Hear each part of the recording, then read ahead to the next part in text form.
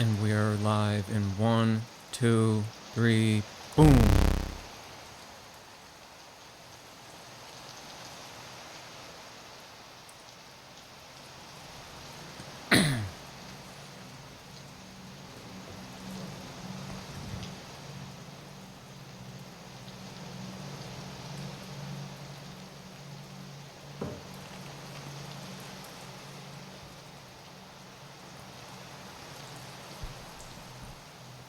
Guys, welcome back. How are you? Are you still there? Are you hanging in? Have you not given up? Are you doing what you love? Are you having fun? Do you have some sort of future aspiration that aligns with your soul, that fills you up, that you're working towards? Or maybe just thinking about and imagining, because that's where it happens first. It has to be it has to be part of your imagination first, and then that brings forth the rest of the manifestation, creation, because at the end of the day, we are creator beings co-creating with the universe and the fractalized, divine, intelligent mind, the source, creator, what have you. Wow, I didn't even know I was going to say all that. Maybe the words are finally just going to start flowing. Maybe I am connecting and embodying with my higher self. How are you guys doing? Have you made connection with your higher self yet? Hopefully, you will soon. That is the future of humanity. That is where we are going. You shall see. So anyways, guys, it's been 4 months since I've sat down to record an SDHO. I needed a break. And yes, we are in Ableton Live 11. I have not upgraded yet to Live 12. I think I'm going to wait. I think around Christmas time, I think there's like a package, like, upgrade for a lot off. Yeah, maybe I'll do that. But I haven't been really doing Ableton a whole lot, although I sense that is changing, which is why I do believe I've been thinking about getting on video, because we've got a lot of sound design to do, because we haven't done sound design in a while. So if you're watching this and if you've watched these before, smash a like, but also drop a comment, because it would be nice to know if any of you are legitimately happy that I'm on making a video. Because like, if you're someone who watches, I really am making it for you. I'm not, making it, just to stroke my own ego or whatever. I'd like to think that there are people on the other end of the screen that are like, oh, I'm happy he's on. He's entertaining. I feel like he's my Ableton friend, or just friend that talks about things and is interesting and insightful and teaches me some things, whether they're related to Ableton, music, spirituality, or whatever else. I think I might make some other content, because I don't know, I feel like I need to be like talking about things, and people can't find you. You can't find your community if you're not out there talking about things. So maybe I need to be talking about and doing more things on here. So I've actually, over the last 4 months or so, because for the most part I do my digital art stuff. That's my main passion. It used to be Ableton, used to be music production, used to be music, instruments, sound design, all kinds of things. And to be honest, I felt like I just really needed a break. And I also feel like, because I relate everything back to spiritual matters, but I think that happens in a lot of our lives around many different things, is that sometimes we might just need a break for a while, because oftentimes, like, we can get caught up in our own frames of reference. We can get caught up in our own boxes, like, oh, I use Ableton for this, and I have to make a this, and this is the thing that I'm doing, and the next step is this. And sometimes that can make you get lost. What is it, like getting lost in the forest and not being able to, or like getting lost in the trees and not being able to see the greater picture of the forest.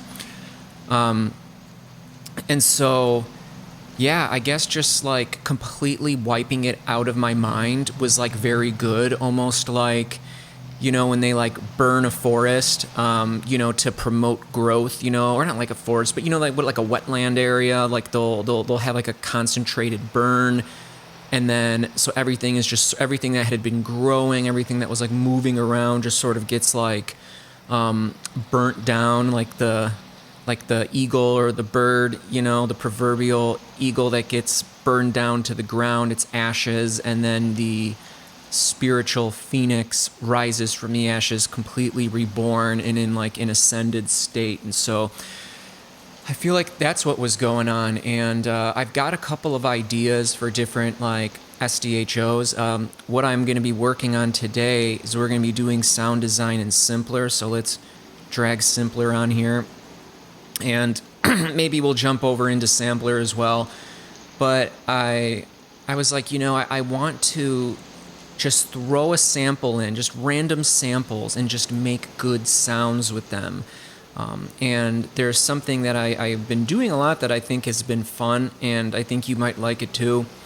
And then we can sort of go over sound design in a sampler,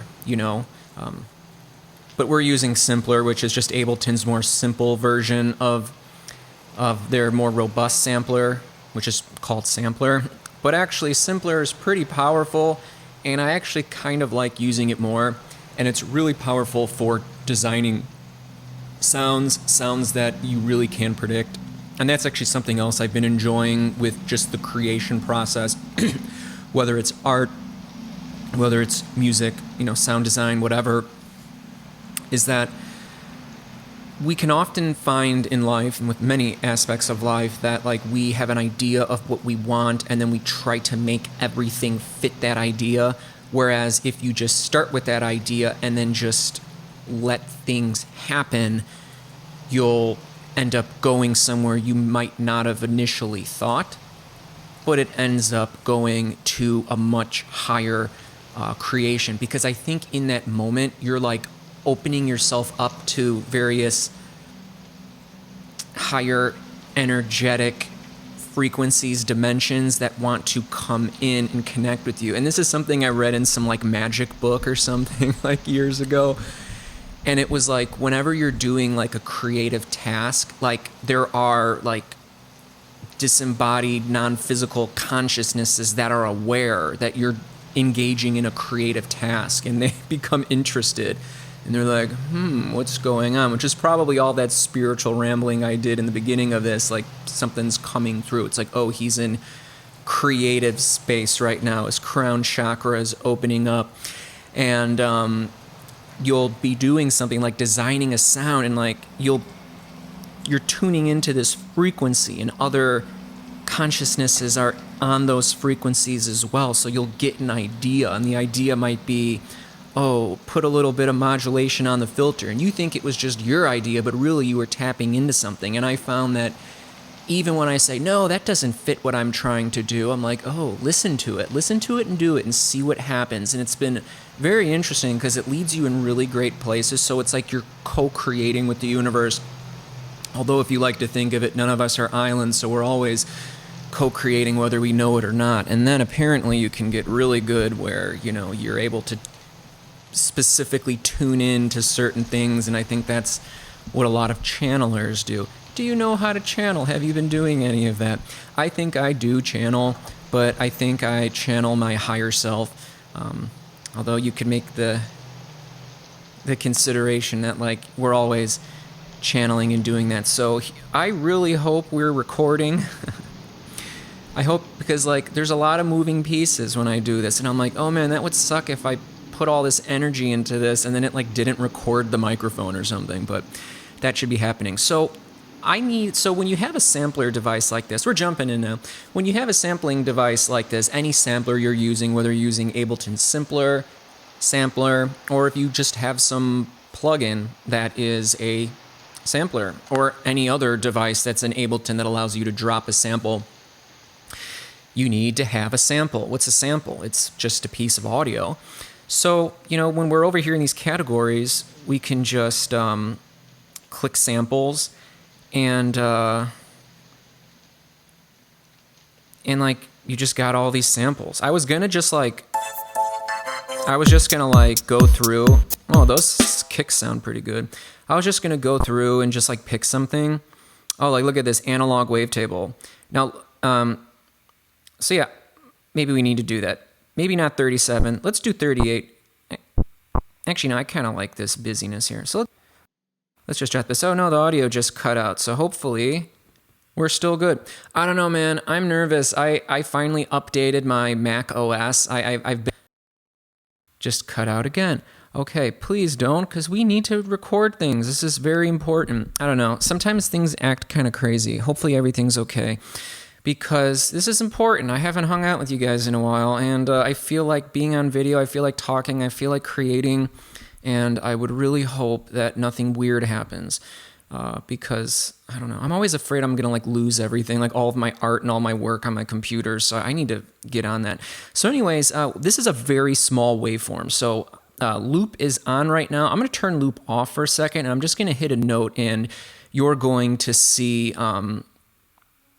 just like a little bug flying. It's almost weird. What is that? Is that like the energies are saying, like, the bad energies, the dark energies? Because we all are working through our shadow, rising higher. They're like, we need to disrupt him. You know, he can't get the goods out.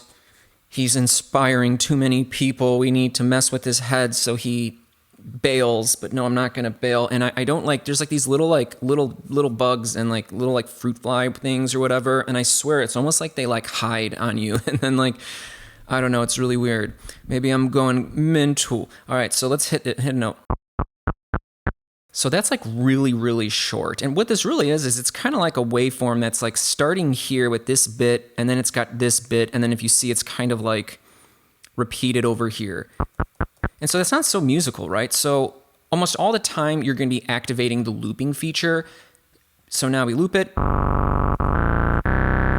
And we've got all these like little like starter things here, like where do you want it to start? You know, you can play with these, but I actually found that I like using these flags because it gives me like more of a it gives me a bit more, because I want to be able to like isolate. I really want to be able to like isolate this. So it's like if I hit this note and I move it in,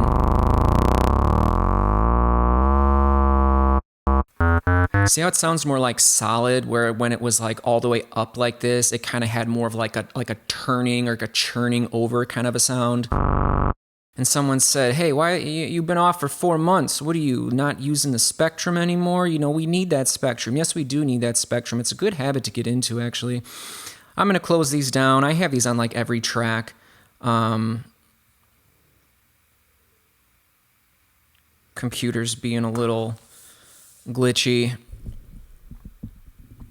It's the energies, I tell you. It's the energies. You know, like when you see like a movie and it's like an alien movie and like the aliens are above the house or they're entering the house and like the electronics start glitching and things start happening because like, you know, these extra-dimensional, extraterrestrial, ultra-dimensional beings are like of like a different frequency, and so like all the electronics and everything starts glitching. They actually say that's why if you do get abducted by aliens, which by the way, if you guys are scared, don't be scared. You actually can't be abducted by aliens, which is good news and bad news because you actually also can. From what I understand, anyone who actually has been abducted by aliens, they're not being abducted against their free will.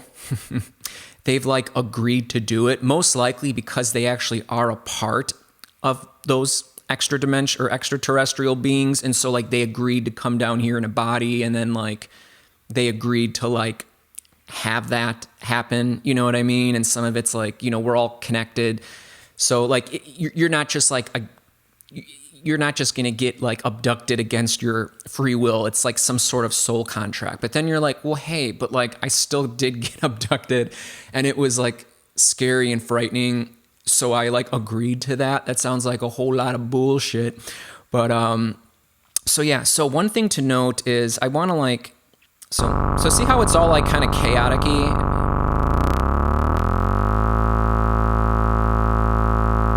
And now it's like not. That's that sort of like lets you know like how far you need to like zoom into a waveform. And so when you see this middle line here, that's like the zero crossing of the waveform. So if you were to start and end those flags right at that zero crossing line, it has more of like a smoother sound. But if it starts up, it's a little bit more like abrasive, which might be good because it gives it a little bit more of like a little like transient attack at the beginning. So here it's like extra nasally. So what do we want? Oh, the audio just, I don't even know. I don't even know what this yellow button is up here. In fact, let's see. If it's, yeah, I guess I just updated the software. I knew I had to. Okay, where is GarageBand? Is it still recording? Yes, it is. It's no big deal. All those, see, like just now, that little like dropout thing. And if anyone's like, hey, why don't you cut all this stuff out? No, like, because that's the whole point. Like, this is like a podcast, you know what I mean? So it's like, I'm not trying to make this like prim and proper thing. You know what I mean? I'm not trying to be like everything is polished. And I think we're going to see a lot of that in like, probably already are in music and in like YouTube videos and in art. There was like this big push for everything to be like hyper polished, hyper perfect, very overly produced. And now I think we just want to see people making like honest things. So if I'm like yelling at my microphone for like a minute, like that's fun. That was like part of the discussion. And maybe in the process, I then say some spiritual musings, and that was insightful or impactful for someone. So we've got this. I'm going to see what it sounds like when I like move it in a little bit more.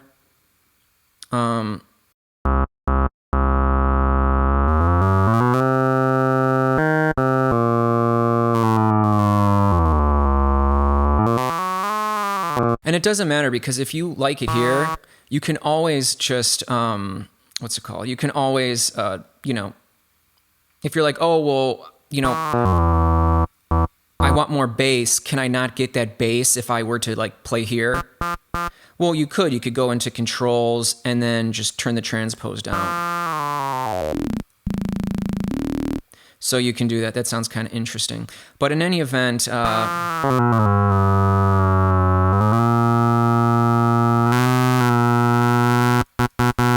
you're like, oh man, that sounds awful. I don't like the sound of that. Well, of course, that's why you would just use the filter frequency. So we're cutting all of those high frequencies out, or up to where we have it. So,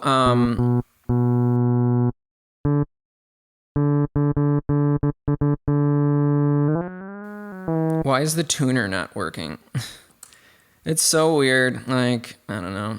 I swear everything's alive. Everything's alive. Why is the tuner not working?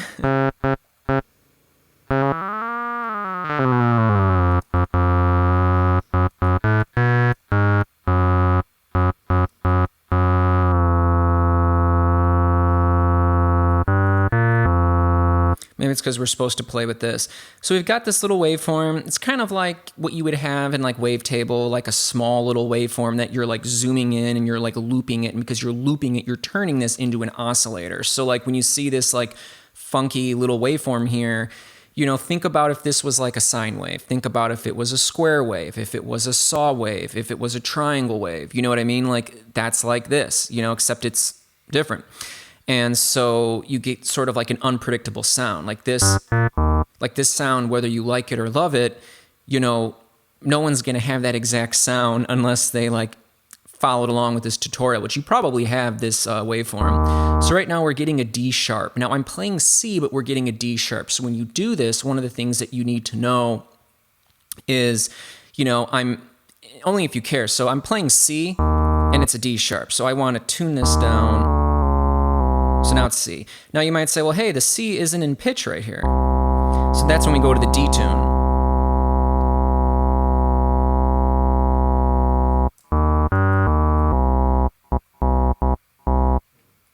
Maybe I'll shift this up. And if you do shift up, then it goes up a... Cool. And what are we gonna do? I'm gonna go to a MIDI effect, drop a pitch. I like to, because I'm actually like playing the laptop keys, which if you see this thing up here, that's how you do it. If you enable that, if it's not enabled, you won't get any sounds. And it's really great because like, even though it would probably be better if I was playing my MIDI keyboard, it's really great for sound design, you know, because I've got my right hand doing the sound design stuff, and then my left hand is playing the keys, and I'm like able to stare directly at it. And so like when you do that, you know, the lowest note is C. And you can go all the way up. So if you wanted to just, rather than always be playing in C, you could just adjust the pitch. And because I don't really like this starting one, I want it lower. So now I'm starting in like G. Wonderful, wonderful. So, yeah, so you're basically just shifting it down. So, like, a lot of times you see these MIDI effects and stuff, and you're wondering, like, pitch, like, why would I would just do it on the synth or something, or play a different octave range. A lot of times these, like, MIDI effects, they allow you to, like, it's almost like they're like little hacks, like, and I don't mean it like very literal like that, but meaning like I used the pitch device because I wanted to just, instead of playing my lowest note on my keyboard being a C, I wanted it to be a G. You know what I mean? So like that's why I did that. You know, so that it just makes your life more comfortable. And because I would rather play, like when I'm sound designing, I like to, you know, I like making big chords. I would use this chord device, you know. So rather than just playing G, I want to play G, but I also want it to play a fifth above, which is a perfect fifth is 7 semitones up. So like I'd rather do that rather than having to hold down the two notes, you know what I mean? And then I want a bigger chord, and then I'm holding down like all these notes. So it's like, you know, these devices are, you know, they make your life, obviously, they can make your life a lot easier, a lot of these different things. You know, if I wanted to lock it all to a scale, I could use the scale device. You know, if I wanted it to just randomly, because when I play these keys, you know, I'm getting the same velocity all the time. So I might want to just have like slightly different velocities. You know, don't really need much. I like to put it on fixed and then bring the output high down. So, and then just have some. So kind of shuts off a little bit. So in the amplitude envelope over here, we're just going to give it a release. I'm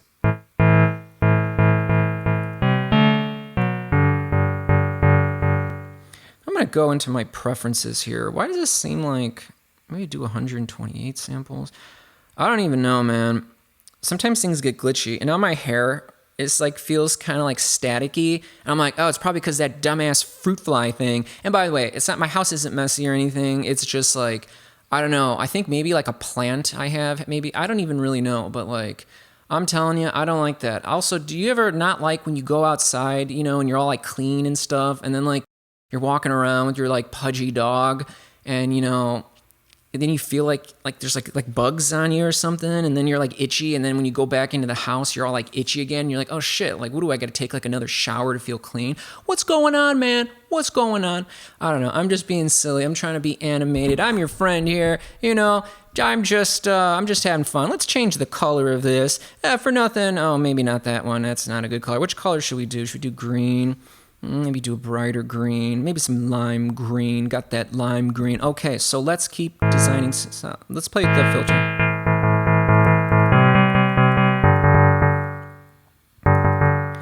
Okay, now let's put a little bit of velocity sensitivity here. See how it's kind of jumping up. Hopefully the sound isn't cutting out. I don't know why it's doing that. Like my CPU isn't spiking. I wonder if there's like something in the chain. I don't know, man. I think it might be the audio interface. Like I noticed when I like plugged in the like power source in the back, you know, rather than like clicking in, it's like you can like pull it like in and out. I'm just like, I feel like you connected better before. Maybe I should get a new one. I don't even know. If I keep making these, then I probably will. I don't even know, but I think I need to be on more. I think I need to be hanging out with you guys more. And okay, down here, filter. Let's give it a filter drive, which will just give it some more like harmonics. And let's do 15. That gives it a minor third above. I'm going to turn this velocity off. Man, that's way too loud. And LFO, I'm going to turn the retrigger off so it doesn't start. It doesn't like start. It just continually free runs. So let's boost up the filter a little bit. Lower the rate. And let's see here. Now it says C3 because like that's technically the note I'm pushing, but our MIDI device is shifting it down 5. So it really doesn't matter. Just wanted to call attention to that. And I don't know, I'll just make it a long clip, 8 bars. And because this note is highlighted here, just a little quick hack workaround, just click legato because I just want like a long note. And I think I'll let it run the whole time. I'm going to push play here because I want it to just like kind of play. And I'm going to lower the volume. It's kind of killing my ears.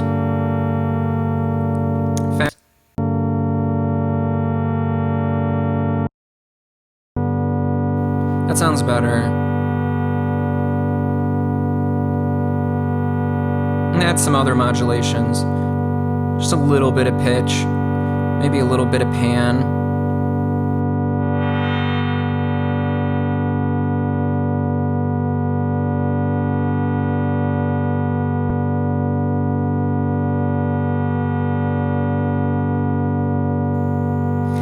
And I always like adding some sort of like modulation device. So we're gonna go to audio effects.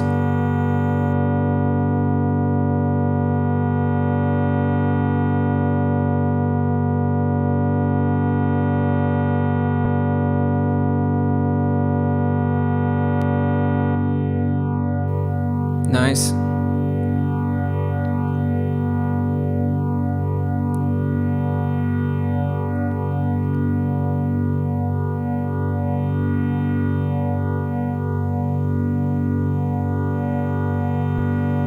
Check out the flanger.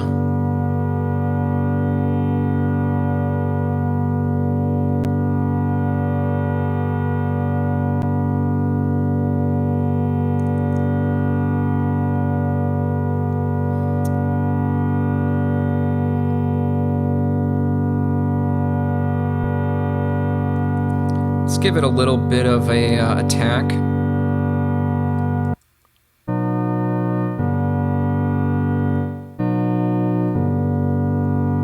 So now I'm playing one note and then another note. But as we know, each time I play a note, it is playing that note, but it's also playing another note 7 semitones up, and then another one 16 semitones up. So we're getting like and in fact, I'm going to put this to 9 and see if this sounds pretty good. Ooh, that's interesting, isn't it? And so when I play these other, so even though I'm only playing like, actually, let's move it back. That's pretty somber. I like that. So if you were like, well, you told me if you go up 7 notes, that's a perfect 5th. What is a 9th? That's going up a major 6th. And so that's why it sounds more like resolved down here.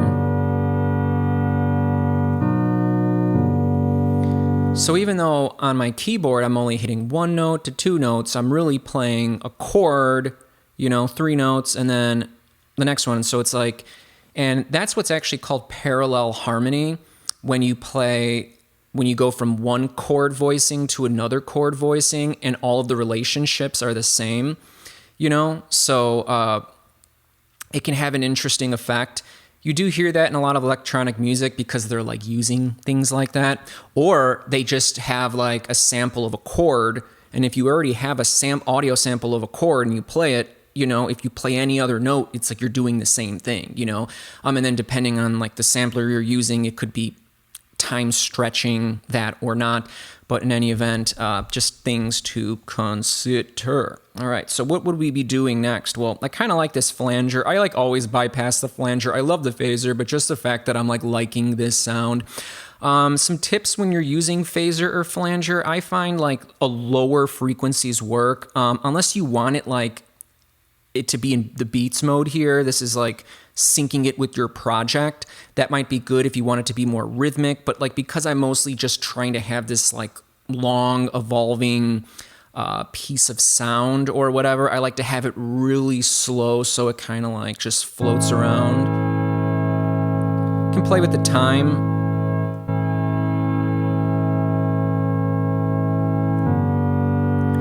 Warmth might be something you would want to play with.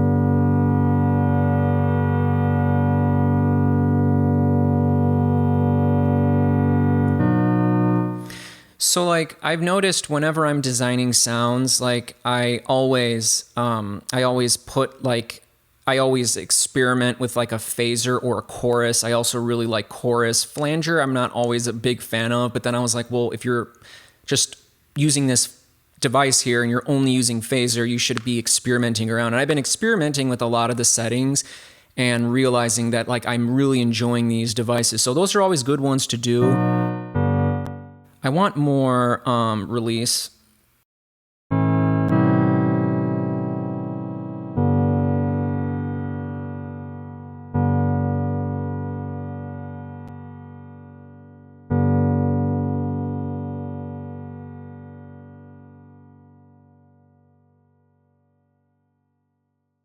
And so when you get to that point where you kind of like your sound, and you're wondering like, okay, what sort of audio effects do you want to use? Because like, you really don't need to just be throwing the kitchen sink at it. You're always going to benefit from like a little bit of like chorus or a little bit of phaser, even to the point where like you can barely hear it, but it just has a pleasing effect because, and you'll notice this especially with chorus, especially when you're designing your sounds and they're very bright. They've got a lot of like upper mids and high harmonics. Sometimes maybe I'm just have sensitive ears because there's certain music where I'm like, oh my God, there's too much high frequency, like shrill in that. And like, it's just ruined for me, which is good because that means I probably haven't like damaged my hearing at all. Because like a lot of sounds I just don't like. I'm like, oh God, I wish I could just filter some of that out. But in any event, you'll find when you have very bright sounds like that, like, and you put a chorus on there, the chorus kind of like, it allows you to not have to like filter out those higher frequencies, because what it does is it kind of like doubles the sound and like kind of moves it. And so it almost sort of like smears, in a very wonderful, pleasing way. I love the sound of chorus, but like it kind of like smears those higher frequencies and like it's almost like if you're working in like digital art stuff, like it's almost like you're putting a blur on it and it's like kind of like blurring it around. And so it allows you to sort of keep those things and it makes it sound really good. I've noticed that like phaser has kind of another effect, and just that like that swirly sound is really good. And if you found yourself saying like, man, I always get, because I used to be this way, like when I would throw down like a phaser or a flanger or chorus, like back in the earlier days of my sound design, I was like, man, I'm not getting the good sounds I know you can get. And that's when I started like wondering, like,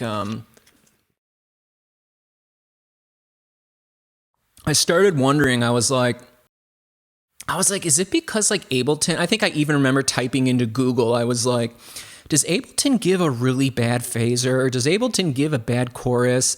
And then when I realized it and I like researched a lot about what these devices do, I mean, they're basically just handling, like they do a specific thing. So like, there's like iconic phaser pedals and stuff that have like unique features, but I guess what I'm trying to get at is, if you find you're not getting good sounds from like choruses or phasers, go to the frequency, not the rate, go to the frequency and turn it down lower. A lot of times it's like too fast, and then you get that kind of a sound. And maybe you want that, right? Maybe you want that. But unless you're going for that kind of a sound,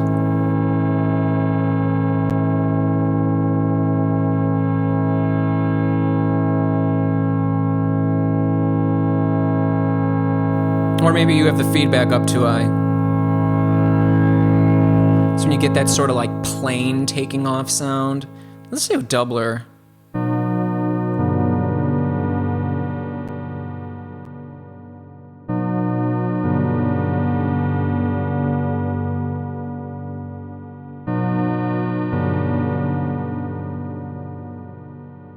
Let's get an audio track. Let's go resampling. And I want to, I'm going to stop this. I want to record that.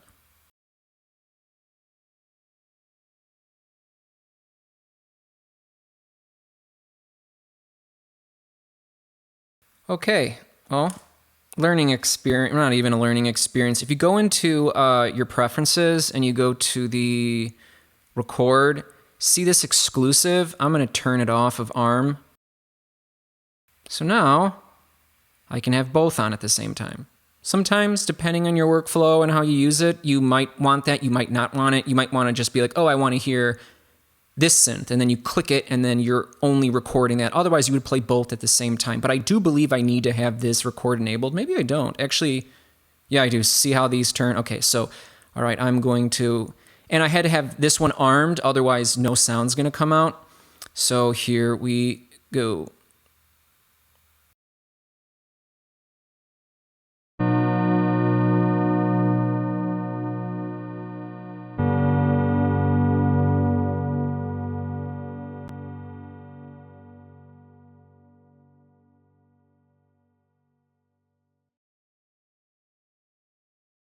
Boy, I hope all these, like, I'm constantly hearing like little clicks and pops and stuff. And hopefully, it's really weird because like a lot of times then when I'm like, working on putting this video production together later on, I don't hear it, but I only hear it now. And but it is quite distracting. So I hope that hasn't been a bother for you guys. I hope that doesn't show up. And regardless, because if you're having a good time and you're watching, especially continuing to watch as this video keeps going up there in minutes and time, I realize you're not watching this for a concrete tutorial. This is like a hangout. I was actually going to make a actual tutorial about simpler. Wow, that was a massive thing. So what I hope is that it's not distracting, and I'm gonna keep recording and try to figure out why that happens sometimes, which is so weird because it's like I'll probably get on to record another video in like a day or two, and I'm sure I won't run into any of this. It's really weird because normally you have like these spikes in the audio when like your CPU jumps, but like I'm just talking, and I don't think it's a GarageBand thing. GarageBand's where I record my mic. It's just weird. I don't know. I'm gonna be digging around. It's really crazy too, because I go back to the spirituality again. Yeah, when you have like issues, challenges, or the word that I've been liking to say lately, adversity.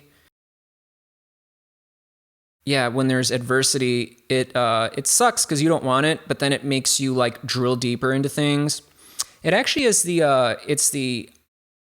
it's the energy of Saturn in astrology. Saturn is a very constricting, it's like a very constricting force. It's like borders, boundaries. It's like a very, Saturn is kind of known as like a father type energy. Like think of like the father that is like very strict and is very disciplined with the kids and everything, and because he's doing that, or whoever's playing the role of the father type archetype in the family, they're not doing that to be a jerk, but they're doing that to like help you. So like Saturn would be like putting an obstacle in your life. You don't like it. It's like a burden. It's a constraint. But through that, you then become sharper, you become more resilient, and then you like figured out this difficult thing, and you're like, oh my God, thank you. Like if I didn't have those roadblocks, if I didn't have those constraints, I wouldn't have learned this about myself. I wouldn't have been able to achieve that. So it's almost like it's like sharpening you down. It's like someone's got like a knife or something and they're sharpening it. And, if they didn't have that block there, they wouldn't be able, to sharpen it. So we've got these sounds. And I think what I'm going to do is I'm going to get a MIDI track, and I'm going to go here back to simpler. But because this is clearly an SDHO where we focus on sampling devices. It really doesn't matter. If you don't have sampler, just do the same stuff we did. But I'm going to throw this audio in here. And again, link is loop. I believe it is. You have to choose a sustain mode. So it says like when it loops, do you want to go forwards and back? Like, I don't know if Simpler has the forwards and back one, but so yeah, you have to basically click one of these.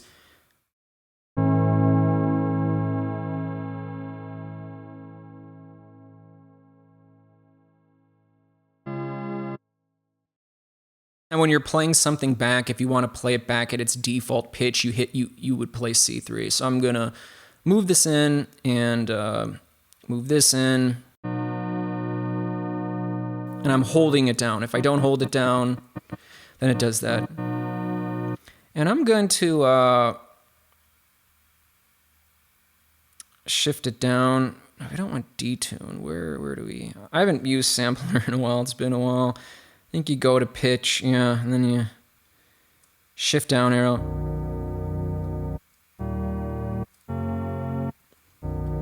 But I don't want to do that. What I want to do is I want to make a good sound like I did, but I want to like do a very small portion of it. Let's do a sustain mode. And if we did this one, it'll then click back. Actually sounds kind of nice. I like that. So let's move it in a lot though.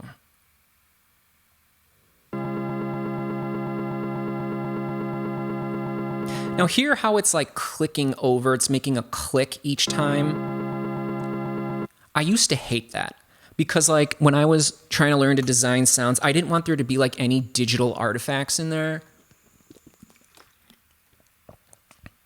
Like little clicks and stuff.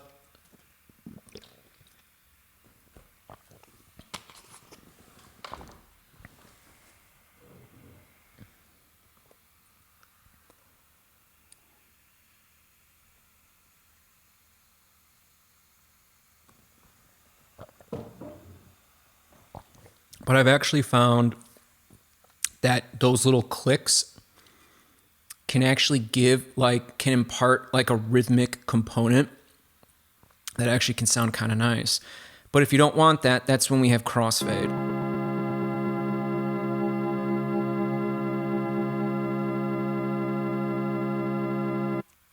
And a lot of times when it is awfully clicky, you would go into your volume envelope and you might give it a little bit of an attack. So rather than this, just has a little bit of a fade in. And then of course, I just always want a lot of release so I can touch it.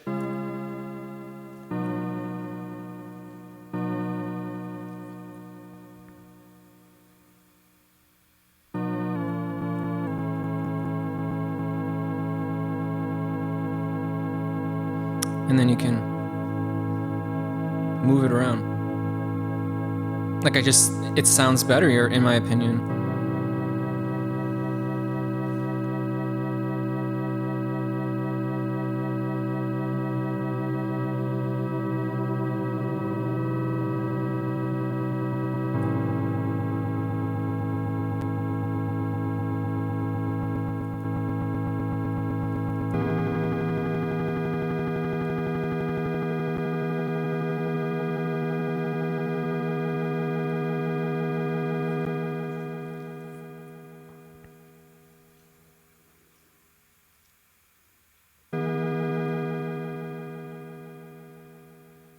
Convolution reverb.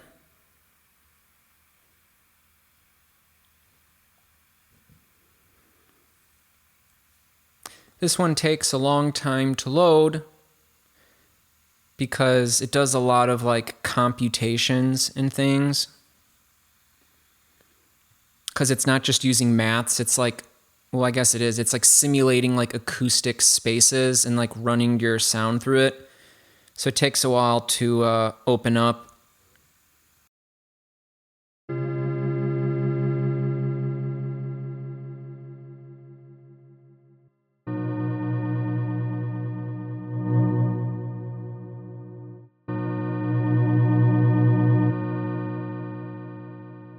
just a little sound design tip. If you throw an effect on, because sometimes, I don't know if you can see that.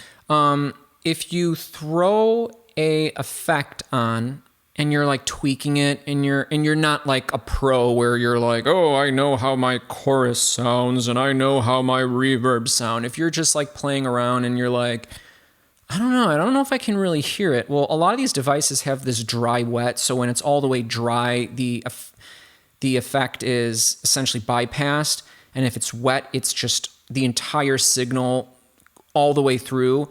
And so you can take it to 0 and then slightly raise it up, and then you're like, oh, okay, that's actually something that really helped me when I was learning. Is I would go through my sounds and the audio effects that I would have, and I would like turn the dry wet all the way down and then move it up. And then you can kind of like find the best spot, but it also has the effect of like sort of like training your ears to be like, oh, that's the sound of that. Oh, that's the sound of that. And so like you're also then getting better, because ultimately at the end of the day, sound design isn't just knowing what sort of knobs to turn, but it's like, it's using your damn ears. It's using your ears, silly.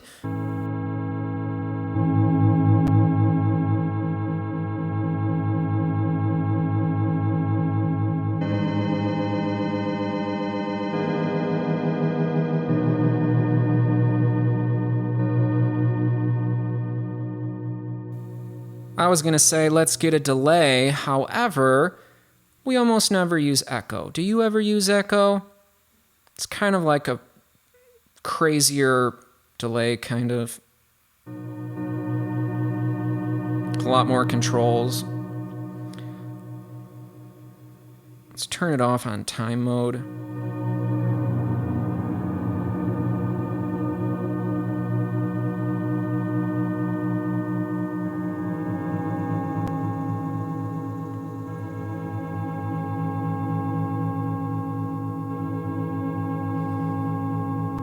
And then let's record some of this.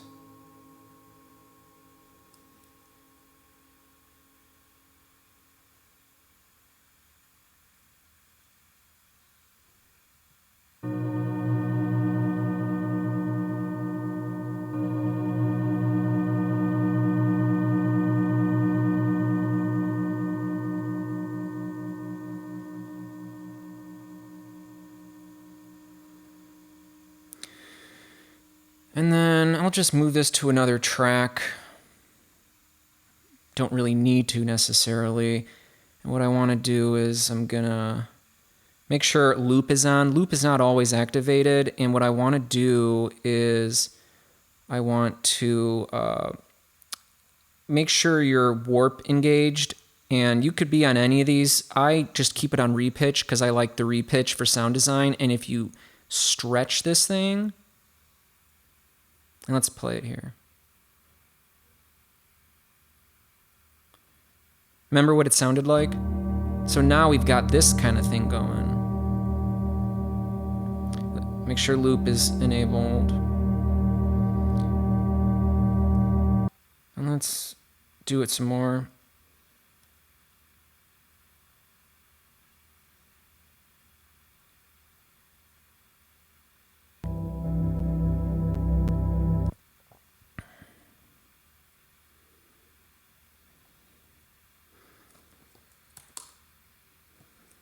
$144. What you know about the 144,000s shifting the planet into business?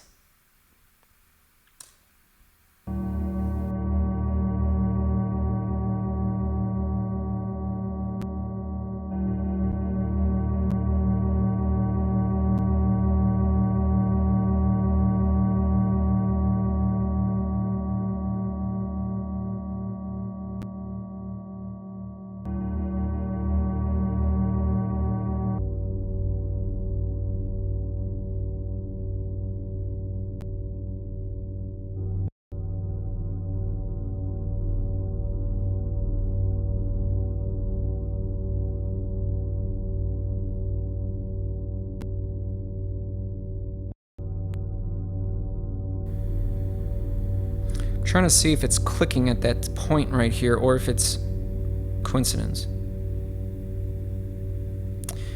Yeah. And so then, of course, there's nothing really stopping us from... I'm going to delete this track. That one had all the convolution reverb. It was going kind of slow. Don't really need it. I actually just like using simpler better than sampler. And then we can take that, throw it in here. Record arm so we can hear it. I'll just start it here. Give it a little bit of attack. Give it a bunch of release.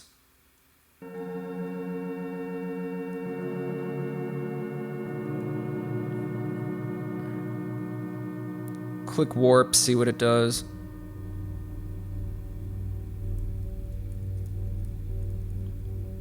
So like this, I'm just like, it's kind of interesting. Maybe it's like the start of a song or something.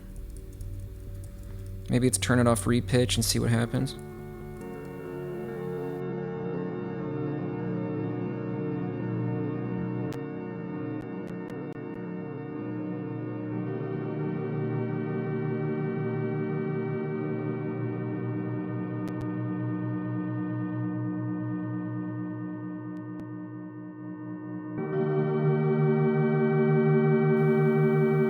They should have the transpose button on that page so I don't have to like click over here.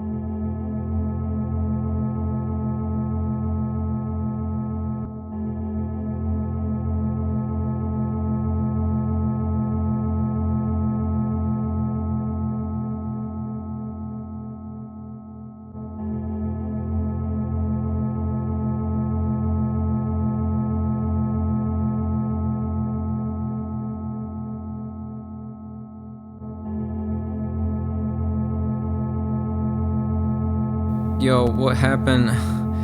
This is so crazy, dude. Like, for someone to be like, oh, you know, you're running into weird things. That's because you haven't recorded in 4 months. It's like, nah, man, something else is going on, for real. But, maybe that's a good time to put a ribbon in it. A ribbon in it. Oh boy, gonna get this hot laptop off my lap here.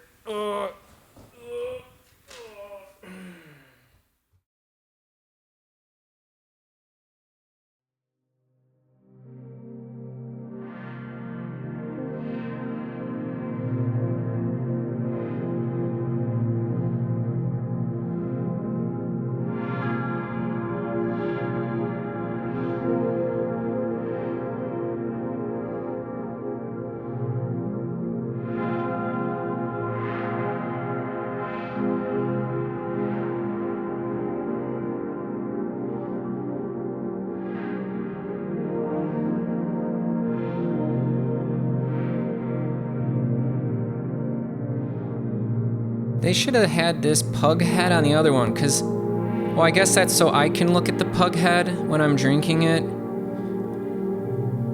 But, like, I don't really feel that encapsulates the pug, because pugs are always, like, happy, and this guy's, like, he looks like he's, like someone's walking in his lawn or something, and he's like, get off my lawn, I'm trying to read the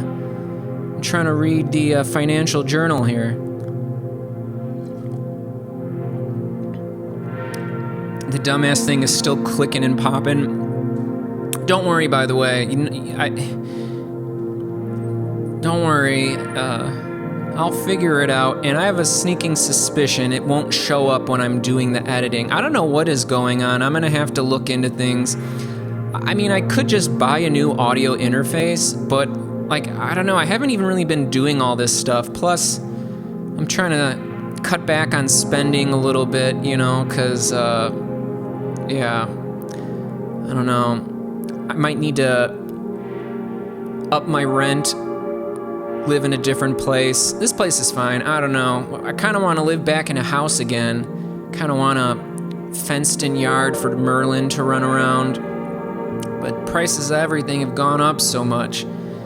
That damn inflation. Although I always say, I don't call it inflation, I call it what it really is, which is currency debasement. When the supply of money increases every year, as it always does, of course you're going to need more dollars to buy the same amount of stuff. You know, someone said, you know, the price of my house has gone up about $400,000. You know, my house didn't get better. I didn't put a new addition on the house. The dollars got worse, got worse, got worse, got worse. Now, he didn't say it like that. He wasn't glitching. So what's going on? Have you guys been following the cryptocurrency, the Bitcoin? You know, Bitcoin is the only one that hit a new all-time high from the previous bull cycle in 2021. It ended November of 2021. That's when crypto peaked. The NASDAQ peaked also in November, and I think the S&P 500 then peaked in December. 2022 is a bad year for markets, and then we've been recovering ever since, and basically no crypto besides Bitcoin hit a new all-time high. And I mean cryptos that have been around for multiple cycles. You know, multiple bear bull market cycles, because, I mean, they're launching new cryptos every day, you know. Although Binance Coin did hit a new all-time high, but, I mean, who really cares about BNB Coin, Binance Coin? I mean, it is like a top 5 coin, but I don't know. I would say if you're thinking about buying Binance Coin, I would just buy something else. Kind of like Litecoin, you know? It's like, trust me, nobody uses it. There's like a million better places to put it, but I still like Bitcoin. I mean, that's the best thing to have, really. In fact, I didn't know we were starting Crypto Corner on the show. I might even start a crypto show. I might just start a lot of different shows and just see what catches on, because like I definitely need traffic coming to these things, because I need to get paid for things that I care about, you know, because like I can't like do any sort of income generation or job where like I just don't feel inspired. Like I have to feel inspired or I feel like shit. So I'm like, I've got to just do whatever I feel inspired to do. I love music, digital art, crypto. And what's interesting about crypto is it's not just crypto. Like you have to know about like macroeconomics, and you have to just be aware of like various market factors that affect crypto, affect stocks, you know, changes in strength of the US dollar that also affects, you know, these assets. So yeah, Bitcoin hit a new all-time high in March, and yeah, Ethereum has not hit its new all-time high yet. We did get the Ethereum ETFs just launched here in the US on, I believe it was July 23rd. Today is, I think, the 26th. They were a pretty big success. The only other ETF we had was Bitcoin ETF, which launched at the beginning of the year. These are spot ETFs, which means that the issuers have to actually go out and buy the damn Bitcoin. So if someone says, I want to buy BlackRock's Ethereum ETF, because it's a spot ETF and not a futures ETF. Futures ETF, they don't actually have to hold the physical digital asset. But spot ETFs, they do. They track the spot price of Ethereum, of Bitcoin. So if someone's like, oh, I want to buy BlackRock's Ethereum ETF and I'm going to put $1 million into it. Well, BlackRock now has to have $1 million worth of ETF, or has to have $1 million worth of Ethereum, you know, when they issue that security that is the Ethereum ETF, right? Because can you imagine, like, they hold like billions of dollars of Ethereum, and then people go to, you know, cash in and they find out that they didn't have any of it. And that's what, you know, the SEC, Securities Exchange Commission, they like verify all of that so you don't get rugged. You know what I mean? Imagine like you're trying to hold some of your wealth in gold, and you're basically buying paper gold. And then when all shit hits the fan, you realize the company wasn't actually backing all of those securities they offered. you know, with actual gold, and then it's like you got rugged, you know, which is why it's like, man, you really got to take things, you really have to like investigate and research all this stuff to make sure you're not investing in vaporware, you know, it's crazy. But, so yeah, it's end of July 2024 right now. I really do want to edit this and get this off soon, because it's been so long. And yeah, I haven't put together a video production in a while, and that's like art, you know what I mean? In fact, I use the same thing for my video editing, Final Cut Pro, because I'm on a Mac, to do the digital art compositing after I render my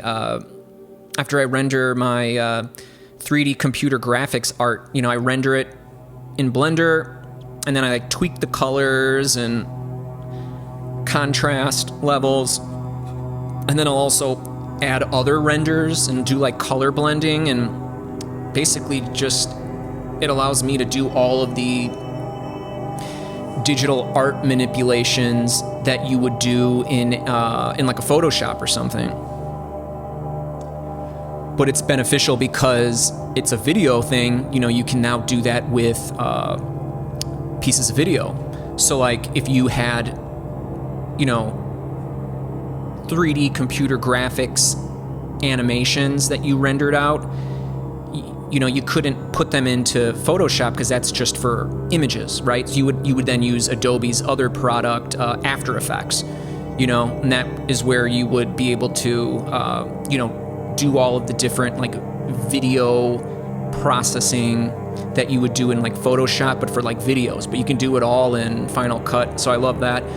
And actually, I got better at my digital artwork because I was noticing a lot of like interesting techniques when I would put together these video productions. I was like, oh shit, I should bring that into my artwork. So my art's even gotten better because of it. About to be releasing a lot of art soon. But I hope you guys enjoyed this. It was fun. I just feel a calling, like don't even think about it. Just like put out content, have fun. It was fun playing with sampling devices and making cool sounds today.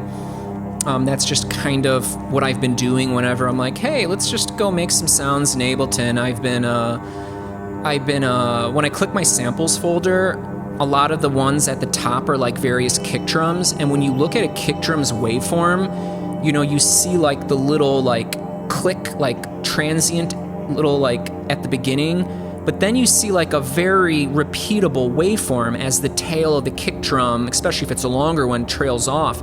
And you'll notice like it like repeats. It's like a little like cycle of a waveform. So I like to like zoom in, and it sounds really good actually. And then that allows you to, if you wanted to, you could take a kick drum sample that you really liked, and you would have the sample start on that click, that transient. But then instead of just trailing off and being done, you could then have your sampler be looping that part. So now you can like play that kick like a hybrid kick bass drum, which we actually did on one of the SDHOs. But what SDHO is number 90? I don't know. I really wonder if there's some people that are like going back and watching them, because they're all good. I mean, whether you liked what I was doing in Ableton or not, or whether I did too much talking or not,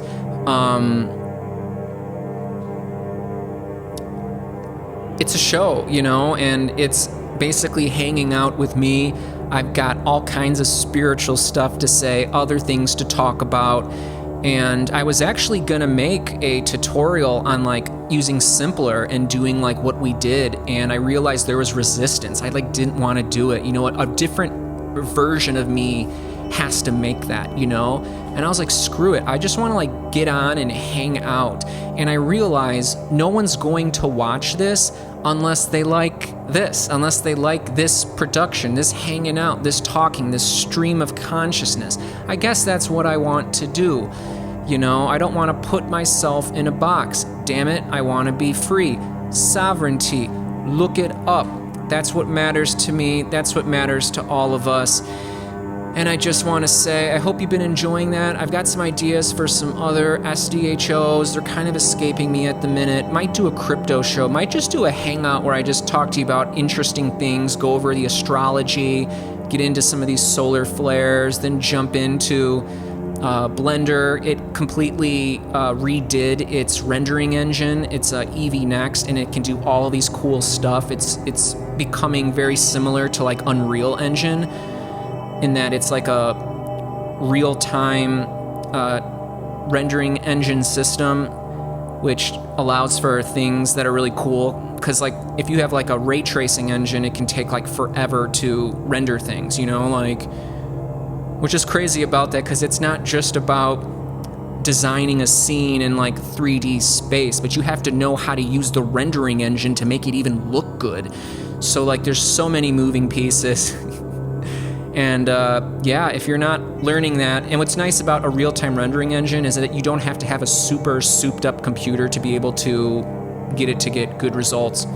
So anyways, guys, hope you're doing well. This was fun. It was good being on, good talking. Hope you're doing well. If you enjoyed it, yeah, it would be nice if you liked it, but to be honest, it would be cool just to get like a comment or two, even if the comment is just like, glad you're back, glad you aren't dead or something, or just like, hi, thanks for coming on, or just like, I don't know, that would just be nice. It would make me extra happy, and I would know you probably watched till the end, my friend. So have a good one. I've got an anxious little puggy over there saying, hey, you're supposed to be giving me kibbies. He said, it's time for kibbies.